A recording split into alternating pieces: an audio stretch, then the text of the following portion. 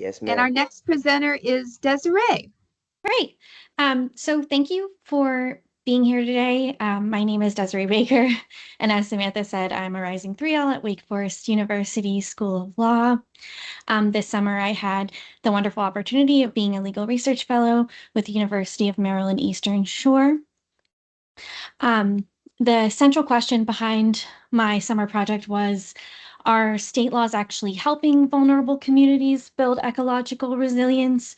And to answer that, I reviewed laws, regulations, case law, executive orders, and guidance documents from both of the states, focusing on areas like flood planning, pesticide regulation, CAFO oversight, and public participation. I looked not only at what's written into law, but I also examined how those laws are or are not being implemented. Both North Carolina and West Virginia are agriculturally significant states with ecologically vulnerable landscapes. There are hurricanes and flooding in North Carolina, runoff, erosion, and mine contaminated waters in West Virginia, and both contain underserved rural populations. For example, Appalachian communities in West Virginia and rural Black and Latinx farm worker communities in North Carolina, who often lack equal access to environmental protections. So this slide introduces who we're talking about when we say marginalized agricultural communities. In North Carolina, that includes many Latinx and Black farm workers in the eastern coastal plain. And then in West Virginia, it includes Appalachian communities living near industrial legacy industrial sites, which coincides with legacy pollution. And they face higher exposure to climate risk and often lack the legal tools to adapt or recover. So this is just to give you an idea of where we're talking about in both of the states. The shaded region of the map on the left is the eastern coastal plain of North Carolina. It consists of about 41 counties. The area is low-lying and flood-prone. It's dominated by agriculture, in particular industrial hog and poultry farms, and it's heavily affected by hurricanes, tropical storms, and heat stress. This region is often cited in environmental justice literature, for example, University of North Carolina's environmental justice reports and the NAACP Legal Defense Fund. These areas are also cited in studies on things like CAFO waste exposure, studies on flooding of manure lagoons and during hurricanes, and studies on contaminated drinking water. They also have been the target of repeated civil rights complaints. For example, the North Carolina Department of Environmental Quality's complaints about CAFO permitting in communities of color. Whoops. So this slide gives a big picture overview. At first glance, it appears that North Carolina has been more proactive. The state promulgated a flood resilience blueprint, which was a planning effort to identify and prioritize flood mitigation projects across river basins. It focuses on nature-based solutions, interagency coordination, and data-driven risk assessments. This all being said, the blueprint lacks statutory mandate, so it's non-binding. Executive Order 246 established North Carolina's Clean Energy and Justice Climate Strategy, directing agencies to integrate equity and climate resilience into decision-making. It set emissions targets and outlined environmental justice goals, but again, it is non-binding and would depend on voluntary agency action.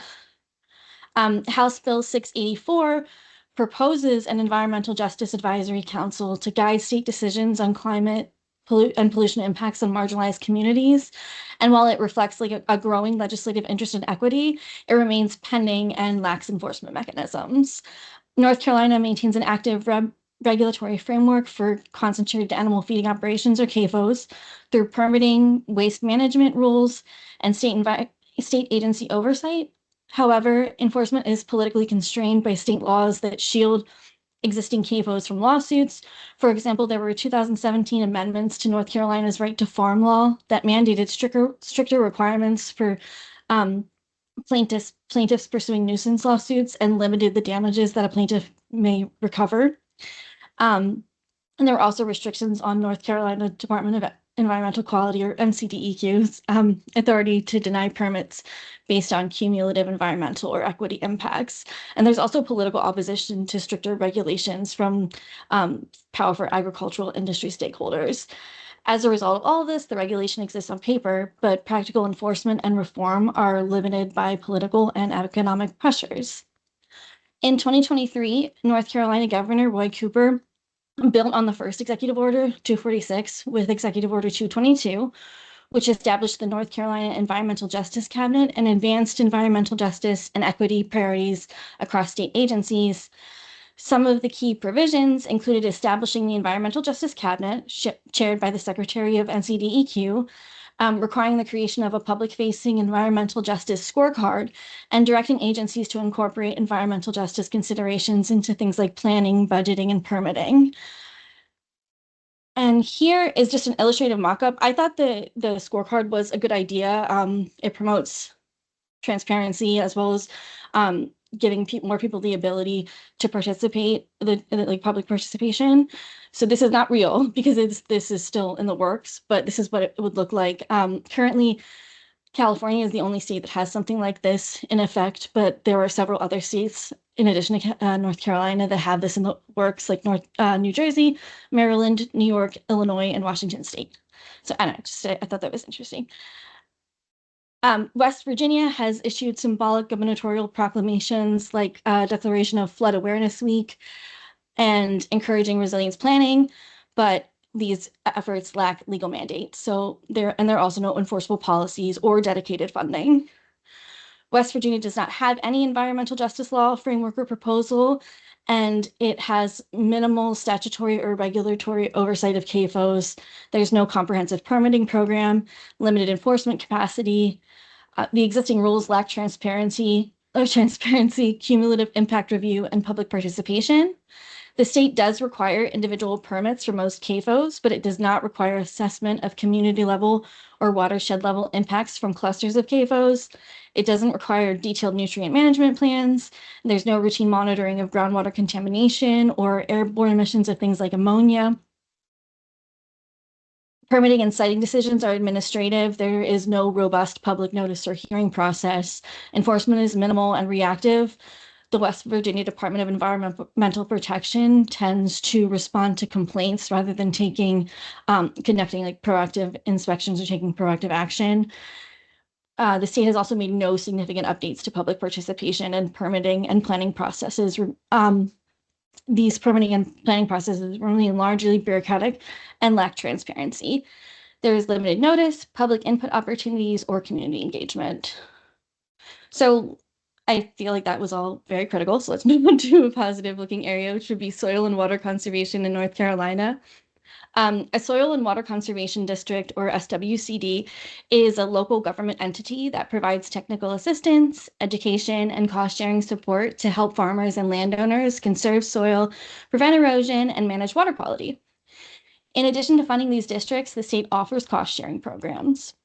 The cost share program provides funding for projects like cover cropping, which is the practice of planting crops not for harvest, but to protect and improve the soil between growing seasons, waste management, and also for buffer restoration, which is planting or replanting vegetated strips like trees and shrubs along rivers or other watersheds.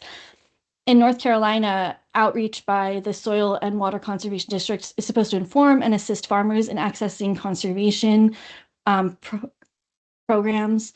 For example, the district staff may visit farms to assess eligibility and suggest conservation practices. Some districts post application windows or programs online or in local newspapers. They hold occasional meetings to explain these programs and conservation practices. And the district staff is tasked with assisting landowners in filling out cost share applications. However, state surveys, outreach grant reports, literature from local nonprofits, as well as program evaluations show a clear pattern of under-inclusion. These sources indicate that outreach is inconsistent and distribution favors higher resourced farmers. Communities of color and low-income farmers often face language barriers, complex applications, and limited engagement by local districts. So as a result, while the legal infrastructure exists, its benefits are not equitably distributed. So moving on to pesticide rules, North Carolina has a comprehensive pesticide regulatory structure under the North Carolina Pesticide Law of 1971. This law governs registration, application, and worker protection standards. The law authorizes the North Carolina Pesticide Board and Department of Agriculture to license applicators, investigate pesticide misuse, and impose penalties. However, Enforcement is largely reactive, triggered by complaints rather than proactive inspections. Farm worker organizations report widespread underreporting of pesticide exposure due to language barriers, fear of retaliation, and lack of outreach, especially among migrant workers. One North Carolina-based farm worker here using an H-2A visa, which is a temporary non-immigrant visa that allows agricultural employers to hire non-citizens for seasonal temporary farm labor when there are not enough domestic workers available. This farm worker described how employers discourage complaints. They said that many of us farm workers hired in the United States don't raise our voices, perhaps out of fear of losing a job or an opportunity. Additionally, qualitative data from the North Carolina Farm Workers Project underscores that many workers never receive training or safety guidance, and they feel powerless to change unsafe pesticide applications. Academic studies also consistently document underreporting of pesticide exposure incidents in Eastern North Carolina due to limited Spanish language outreach, fear of job loss or visa issues, and lack of culturally tailored education about safety standards. In 2021, House Bill 615 did propose a pesticide risk assessment to evaluate cumulative and long-term impacts on public health, but the bill died in committee without a hearing. So once again, the legal framework exists, but its protections are not equitably accessible. So a national pollutant discharge elimination system, my environmental law professor always said NIPD's permit. I don't know how everybody else says it, but it is required under the Clean Water Act for facilities like CAFOs that discharge pollutants into surface waters. It sets limits on waste discharge and requires monitoring and reporting to protect water quality. West Virginia Code of Regulations 471013 requires NIPD's permits for CAFOs that discharge pollutants into the waters of West Virginia, which are surface waters in West Virginia's jurisdiction, like streams, rivers, and lakes that are used or could be used for public water supply, recreation, aquatic life, or agriculture. Permits are only required when a direct discharge is expected. A direct discharge is when pollutants flow from a facility straight into a surface water, such as a stream, river, lake, or wetland, without passing through groundwater or other filtration first. Unfortunately, CAFOs can potentially avoid regulation by claiming no discharge because even if waste eventually reaches waterways, it is not covered unless the discharge is direct and observable.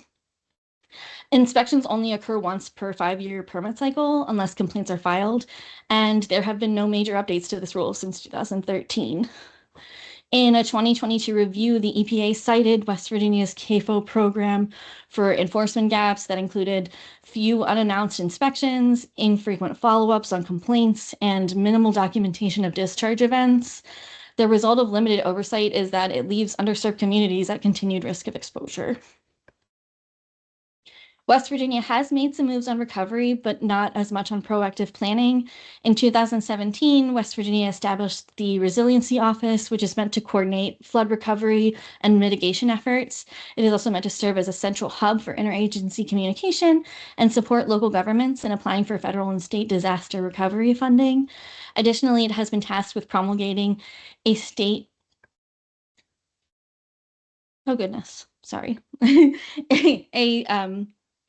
a state flood mitigation plan.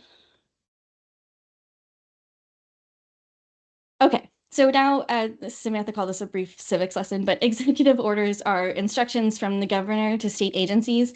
They carry weight, but unless a law or regulation backs them, they're not enforceable in court. Proclamations are even more symbolic. They raise awareness or declare a state priority, but they don't trigger funding, enforcement, or legal obligation. Symbolism versus substance is a dynamic that appears across both states. Executive orders and proclamations can signal a state's priority, but they do not create binding law unless they're backed by legislation or agency rulemaking. So in North Carolina, Executive Orders 246 and 292 reflect growing awareness of environmental justice and participation, but they're non-binding. They guide agency behavior, but they don't create enforceable rights. In West Virginia, as I mentioned, the state has issued flood resilience proclamations, but it has not passed any laws. So the state is expressing concern, but not mandating action. In fact, one 2023 bill, Senate Bill 616, proposed eliminating the office of the environmental advocate, which would have further weakened public engagement in environmental decision-making. These case studies reveal consistent patterns. There's no enforceable environmental justice mandates in either state, weak enforcement of CAFO rules, and even good data tools. Like, for example, North Carolina has an environmental justice mapping system, a flood risk information system. It produces agricultural disaster reports. So there are several data tools in both states, and they don't translate into protections. The state doesn't use them to create mandates that would better support communities against these kinds of climate risks. And finally, neutral laws often have unequitable outcomes because they don't account for geographic and demographic disparities. Agencies and governors have stepped in where the legislatures haven't, but policy documents and executive orders can be reversed. Durable resilience depends on codified laws that require, not just recommend, equity and adaptation. These are the systemic issues visible across many of the legal areas that I studied. Strong sounding policies fall short in practice because they're not enforced or funded equitably. And while both states are collecting data, they're not always using it to legally protect the people most at risk. So what can be done? Just a couple of recommendations. Codify equity mandates through statutes that define environmental justice, require cumulative impact reviews, and make agencies accountable. Also strengthen permitting and participation requirements, increase CAFO oversight, including inspection frequency and enforcement power, and provide technical and financial assistance to under-resourced farms.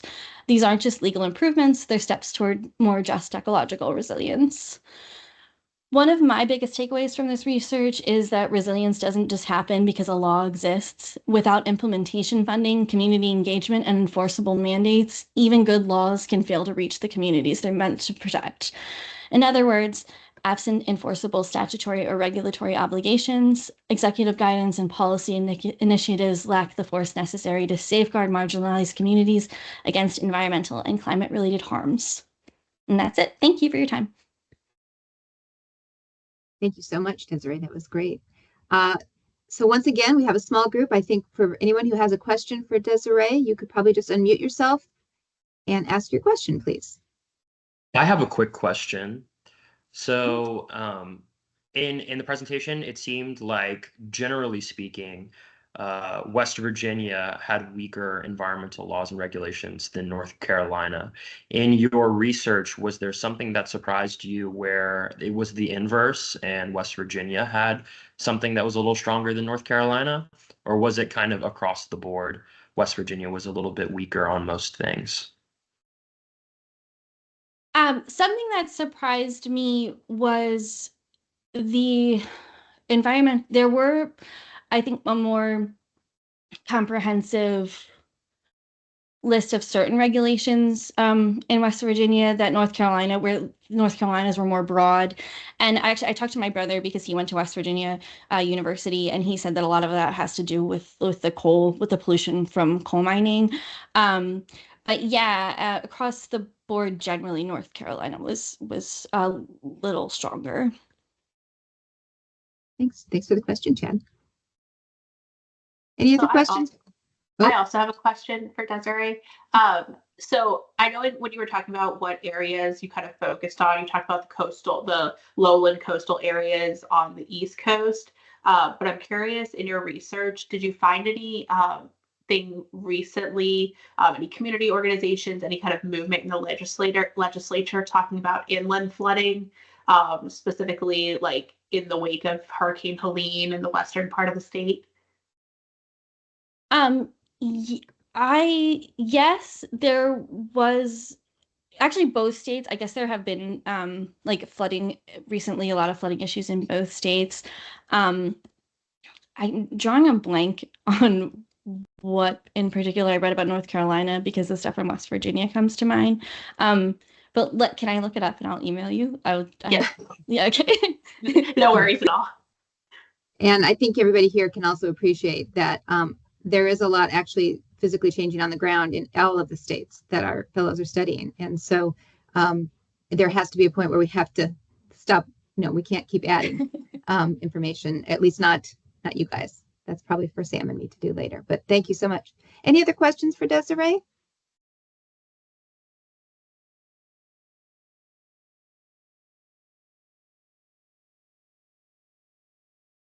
I don't see any. Thank you so much, Desirae. That was great. And